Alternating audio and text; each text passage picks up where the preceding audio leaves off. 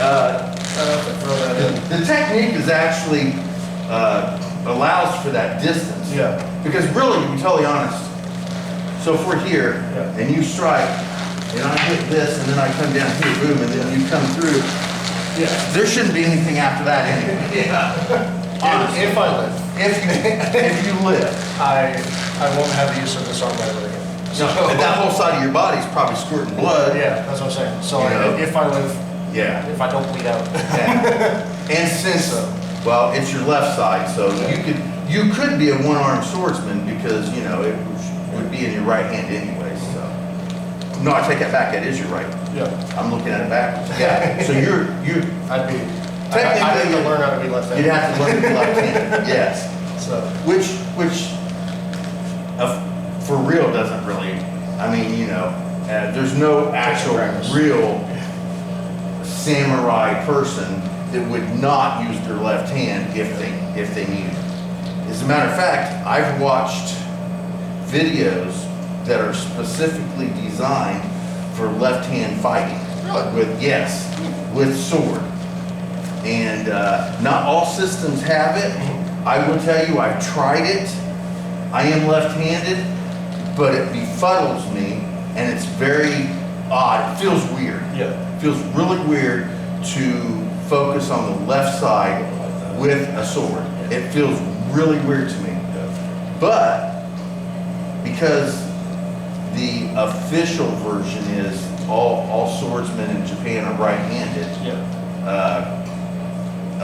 the left-hand thing does draw you off a little bit, but it's a benefit because in some parts of the culture, using your left hand is just absolutely devious and devilish, right? But tell me a person that's not going to do that to save their own life. I don't care how honorable you are, Yeah. if you have the ability to cut somebody with your left hand, you're gonna do it. So, all right, so let's run through that again a couple more times. You'll attack, or I'll attack you, and you'll start there. So you boom, I come down, you roof, I come back and stop here, boom, I step in, and then you slice me wide open. All right, now I'll go boom, I roof, strike, and then boom that way, boom. If you go the other direction, I'll just go the other side. So if you happen to go that way, then I'll take that side. It doesn't matter. Doesn't matter. So just so we get a little bit of experience on both sides, I'll do it again a couple times. I'll go both directions so that you can feel the boom and strike, roof, and then I'm going to step back, boom, assist, and then I'm going to step in this way. There you go. Just make sure you get the boken. Actually, when you're cutting, make sure you're actually cutting. Yeah. You're kind of, I don't know whether it's you're afraid to poke me or what, but it could just be on the knee going down too close. so lift up here real quick, just a minute. Yeah. So when you come under, you go like this. You're going like this. Oh, okay. Yeah. You're not even really touching it. Which, I mean, because we're training it. Yeah. And it's also the first day. That's fine, but I don't want you getting in the habit. So if you lift up, I don't want you getting in the habit of going like that. Yeah. And then, of course, we walk around all the time with swords and we use them out in public. So I don't want you doing that. And, You know, in Texas, it's legal to carry around a sword. It's legal here to carry it. Yeah. As long as you, as long as you are appropriately dressed for the weapon. Really? Yes. Okay. So if I wore a gi and a hakama, Yeah. I could literally walk down the street with a live sword. Now, if I'm wearing regular everyday clothes, I cannot. It's against the law. But if I'm wearing the garb, then I can consider it like a Halloween thing or whatever, a costume. Yeah. So I can consider it a costume, and then I can claim that that's part of the costume. Yeah. I can't do that if I'm wearing jeans and a Motley Crue t-shirt. Yeah. I can't walk around because that just doesn't fit the costume. Yeah. But if I wear a gi in a hakama or whatever, or a ninja suit and tabis or whatever, if I'm dressed appropriately, I can carry that weapon and consider it part of the costume. Yeah. So yes, legally I could walk down the street with a live blade. There's nothing against the law of it as long as I'm appropriately dressed. We'll put it that way. We'll put it that way. So technically, if you put on a Civil War uniform, well, even more better than that. Suppose if you put on like a Vietnam veteran garb, you could walk around with an with the what they use, A1s or whatever. Yeah. You could walk down the street with it and consider it part of the costume. Just like if I wanted to dress up with feathers and buckskin, I could walk around with a bow and they couldn't say anything to me, right? Well, they would. And then you'd get a lot of laughs. There was a guy, and he actually came up here and trained for a little bit, who literally walked around town, and I seen him. It's not even, I actually physically saw this, in a Kung Fu uniform. Really? Yes. He wore it day long. But he never carried around 3 sectional stabs, or he didn't carry any weapons around. That's just what he wore? That's just what he wore. I don't know if you remember the guy named Ray Fula. Remember Ray Fula? Afro? I don't think he Did had guys a... hear Afro or dreads? One of the two. I think he had dreads. Sort Anyway. of. Was that him? Yeah, he used to walk, he would walk around with a Kung Fu uniform. I seen him out here a couple times walking down the path. This was a handful of years ago. Yeah. When I lived on Main Street, I don't think it was him, I think it was someone else.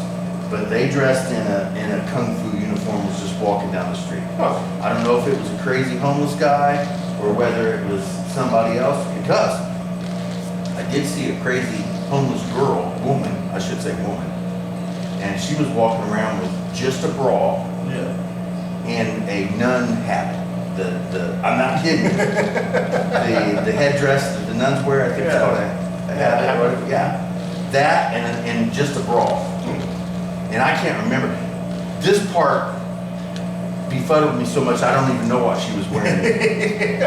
But yeah, I think she had on some kind of weird shorts or something. I don't know. But regardless of what she had on down here, just a bra and the nun habit. And she was just walking around like a normal person. I mean, she wasn't acting normal. I mean, what is normal? Well, I can't define that, but I can tell you what's not normal. That's walking around in a bra and a nun habit. Yeah. That isn't usual. What is socially acceptable? There you go. Well, no one was saying anything to her. It was down at the public library. Really? Yeah, I guess that way. That way, yes. It was at the library. I pulled in the front, I was gonna make some copies, I ran in, and I came out, and she was sitting there with a bunch of her other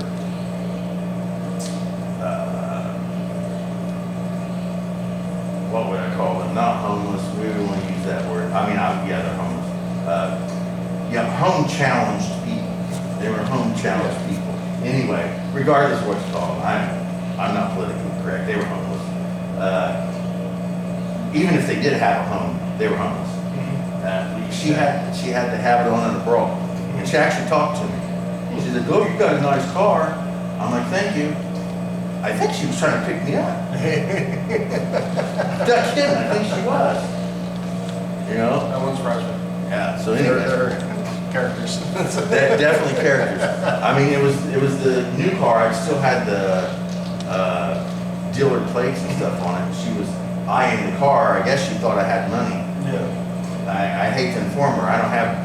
I probably don't have nearly as much money as you do, and you don't look like you have anything. Yeah.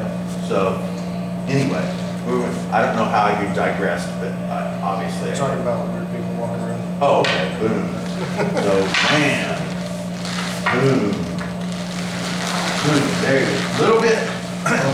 Little bit Yeah, focus a little bit more on, that's what we were doing. Would you focus a little bit more on it? And you don't have to go, so let me run through there. Yeah. So I'm here, boom, I'm here. It doesn't matter which way you go. So don't focus so much as just trying to get right here. Yeah. I mean, if I'm here and you go through, I can go right there.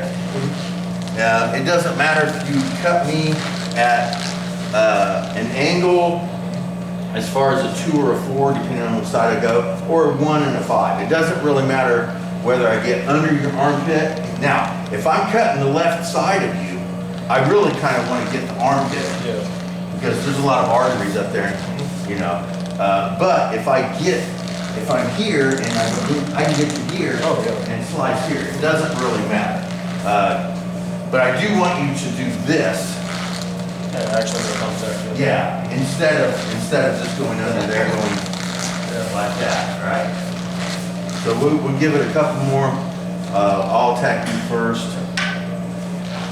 Boom, boom. There you go. Oh, that cut me. Yeah, that went. Did you hear it? Yeah, It went. It squeaked as it crossed. It squeaked as it crossed my arm here. Yeah. That would have. If that would have been really sharp, that could have took my whole arm off. All right. Yes. Boom. Boom. There you go. Yes. I think I'm dropping it down onto the shoulder. So Instead of dropping the weapon, you want to lower yourself. Because I'm putting it here, or I was at least. Now I'm like, Okay. It's sort of pushing it in. So you attack, boom, 1, 2. Now, as you push, I let that guide me. Boom. I let all of that guide me. As a matter of fact, I don't really have to move. The distancing is just to keep you from hitting me afterwards, right? So if we're here, let's just start right here. Boom. And you push, we are back. So when you push, if I just sit here and let you keep pushing, go ahead, boom. You do all that work for me. Yeah. All right? But that puts me closer to you when you decide you want to turn around and kill me. Yeah. If that didn't end you, right?